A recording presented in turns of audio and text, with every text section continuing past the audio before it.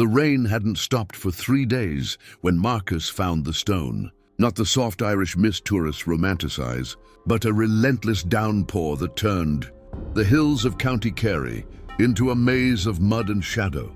He was supposed to be photographing ancient ruins for his architecture thesis, but the weather had driven him off the marked paths, deeper into the wilderness than any guidebook recommended. That's when he saw it, a standing stone covered in spirals and symbols that seemed to writhe in the rain, positioned at the center of a perfect circle of dead grass where nothing grew. His rational mind screamed warnings. Every instinct told him to turn back. But Marcus had always been drawn to the forbidden, the unexplained, the places where logic frayed at the edges. He approached the stone, his boots squelching in the wet earth, and placed his palm against the cold granite. The shock that went through his body wasn't electricity, it was something far older.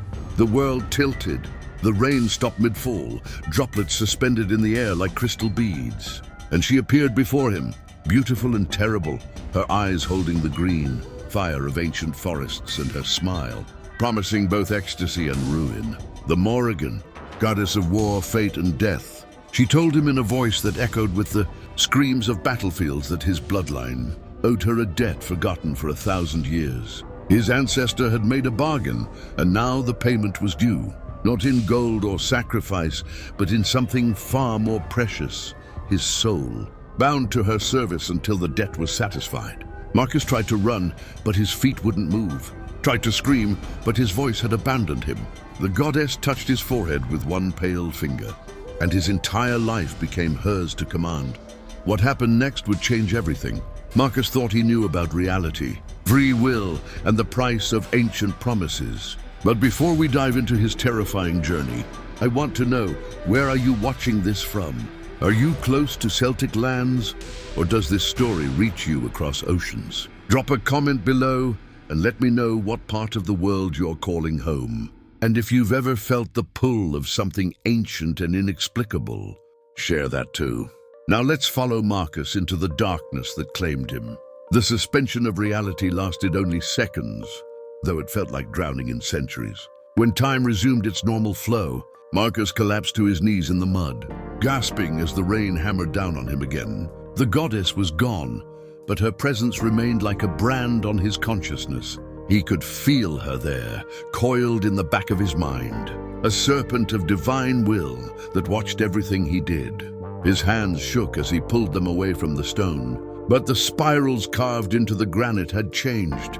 They now matched the marks burning beneath his skin, invisible to the eye but screaming in his nerves. He stumbled backward, nearly falling, and that's when he noticed the silence. The countryside had gone completely quiet. No birds, no insects. Even the wind had died, leaving only the monotonous drumming of rain on stone and earth. Then he heard the whisper, not with his ears, but directly in his thoughts. Her voice like silk wrapped around broken glass. 3 tasks, she told him. 3 impossible deeds to balance the scales his ancestor had tipped. Refuse, and his soul would be torn from his body and bound to her forever. Conscious but powerless, screaming in the void between worlds. Complete them, and he would be free, though freedom after touching a goddess was a relative concept. The first task would reveal itself at dawn. Until then, he needed to return to civilization, act normal and prepare himself for what was coming. Marcus ran. He crashed through the underbrush, branches tearing at his clothes and face, his camera bag bouncing painfully against his back. He didn't stop until he reached his rental car, parked on a muddy road that barely deserved the name. His hands fumbled with the keys, dropping them twice before managing to unlock the door. The drive back to his cottage rental should have taken 40 minutes. It took 3 hours. Every road looked wrong, every turn leading him in circles, despite the GPS screaming directions. The goddess was playing with him, demonstrating her power, showing him that his world was now subject to her whims. When he finally arrived, exhausted and terrified, the sun was setting in shades of blood red that seemed far too appropriate. Inside the cottage, Marcus tried everything he could think of to break whatever had happened to him. He researched Celtic mythology on his laptop until his eyes burned. learning that the Morrigan was not a goddess to be trifled with, that her bargains were ironclad and her vengeance legendary. He found stories of warriors driven mad by her attention, of kings toppled by her prophecies, of entire bloodlines cursed for slighting her. He tried calling his mother back in Boston, hoping family might provide some anchor to reality, but the phone wouldn't connect. Tried booking a flight home, but every airline website crashed when he entered his information. The goddess had closed the exits. He was trapped in Ireland until her tasks were complete. As night fell, Marcus stood at the cottage window, watching shadows lengthen across the fields. Somewhere out there, his first task was waiting, and he had no idea what horror the dawn would bring or whether he had the strength to survive what a war goddess considered a suitable challenge. Sleep was impossible. Marcus lay in bed, feeling the marks beneath his skin pulse with each heartbeat, a constant reminder of his bondage. Every time he closed his eyes, he saw her, the Morrigan in all her terrible glory, sometimes as the beautiful woman from the stone circle, sometimes as a hooded crow with eyes that gleamed with predatory intelligence, sometimes as a warrior queen covered in the blood of her enemies. Around 3 in the morning, the whispers began. Not her voice this time, but others, the voices of the dead, the forgotten, those who had failed the goddess before him. They spoke in languages he shouldn't understand, but somehow did. Warnings and lamentations that made his blood run cold. One voice stood out, speaking in heavily accented English that sounded centuries old.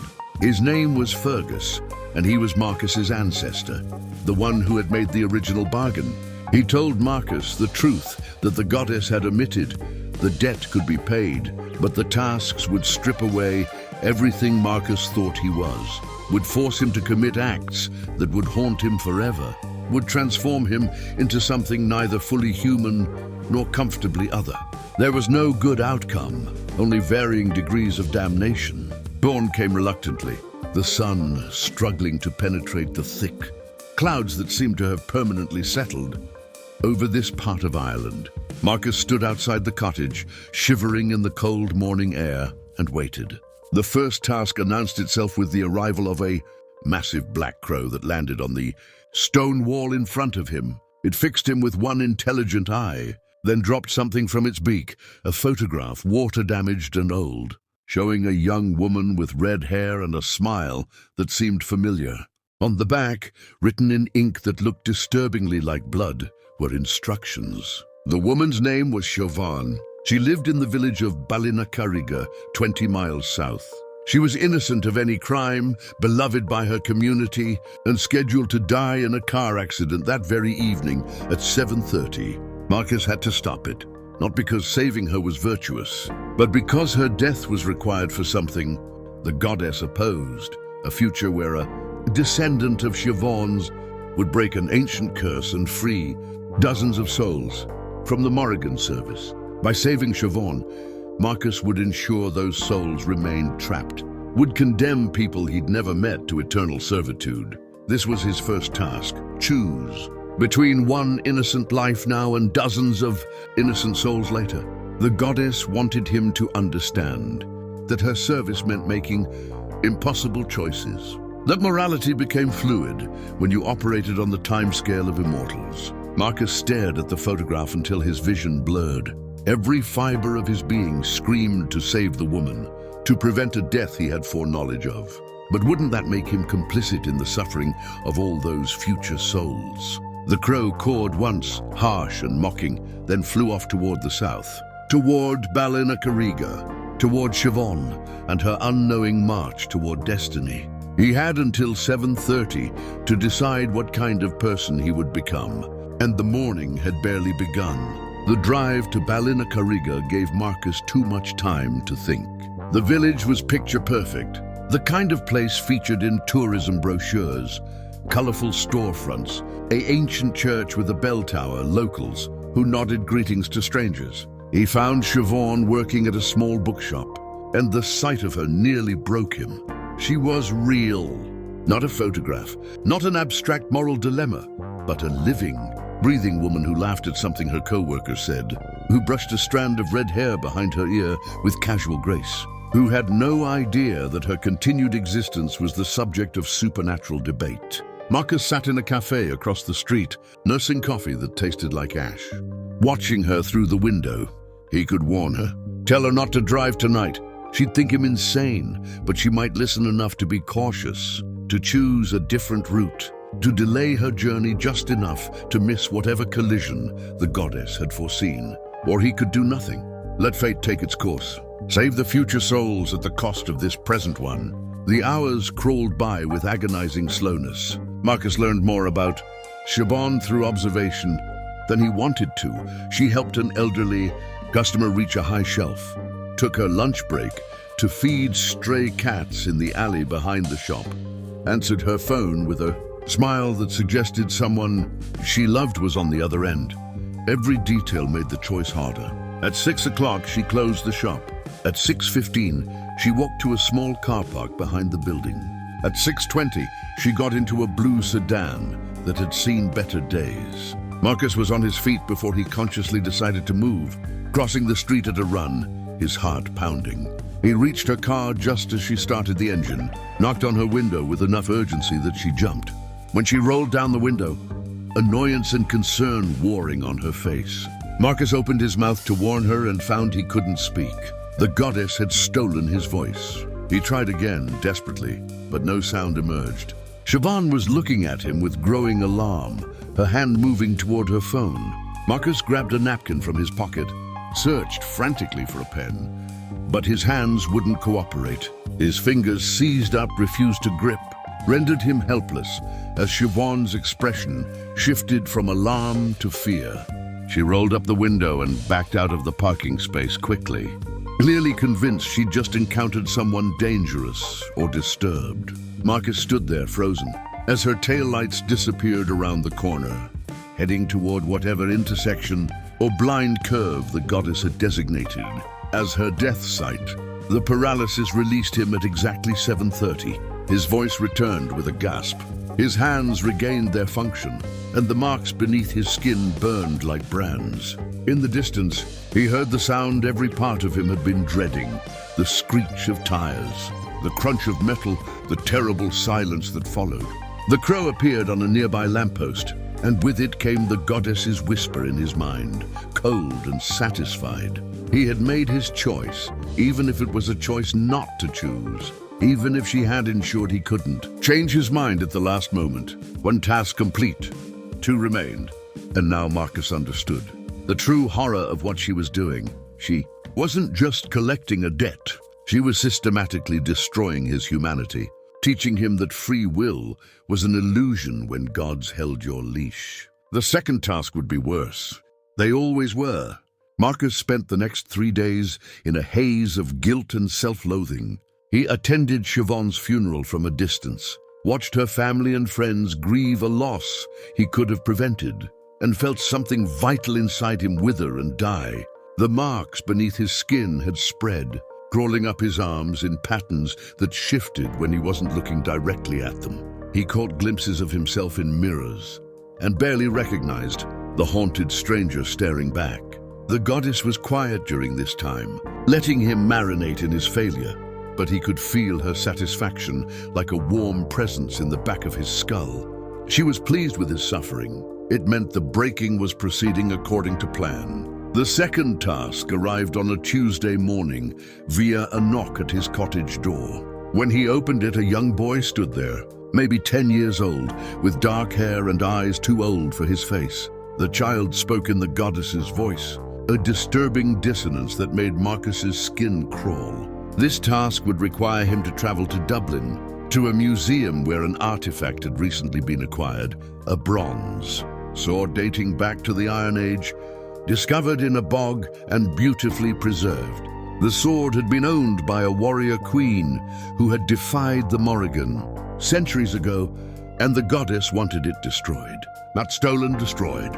The sword contained a binding spell that, if properly activated by someone with knowledge of the old ways, could theoretically trap the Morrigan in physical form long enough to banish her from Ireland entirely. Such a person was scheduled to visit the museum in 5 days. Marcus had to ensure the sword was obliterated before then, which meant committing a crime that would make international news, that would destroy priceless history, that would rob humanity of an irreplaceable link to the Celtic past. The boy smiled with the goddess's cruelty and vanished, literally fading from existence between one blink and the next. Marcus packed his things with mechanical efficiency, his mind already working through the logistics of impossible crime. Dublin was a 4-hour drive, which gave him time to plan but not enough time to escape. The goddess was tightening her grip, accelerating the tasks, pushing him toward whatever ultimate purpose she had in mind. The question that haunted him during the drive was simple: if the sword could banish her, should he try to use it himself? Could he find the person with knowledge of the old ways, coordinate with them, turn his bondage into an opportunity for freedom? The marks beneath his skin burned at the thought, a warning that the goddess could read his intentions, that betrayal would be met with consequences worse than simple death. But what choice did he have? Save himself and potentially free her future victims, or complete the task and damn himself further? Dublin welcomed him with indifferent rain and crowds that provided perfect anonymity. He checked into a hostel under a false name, then spent hours researching the museum's security systems, guard rotations, camera placements. What he was planning was insane, but the goddess had given him gifts to accomplish her will, strength, beyond human normal, reflexes that bordered on precognitive, and a strange ability to sense the attention of others before they noticed him. Breaking into the museum would be possible. Destroying the sword without getting caught would be nearly impossible. But he had 5 days to figure it out. 5 days to decide whether he was a servant or a saboteur, and somewhere in Dublin, a person who might be his salvation or his doom was making their own plans to visit a museum and examine an ancient weapon they couldn't possibly understand was the key to everything.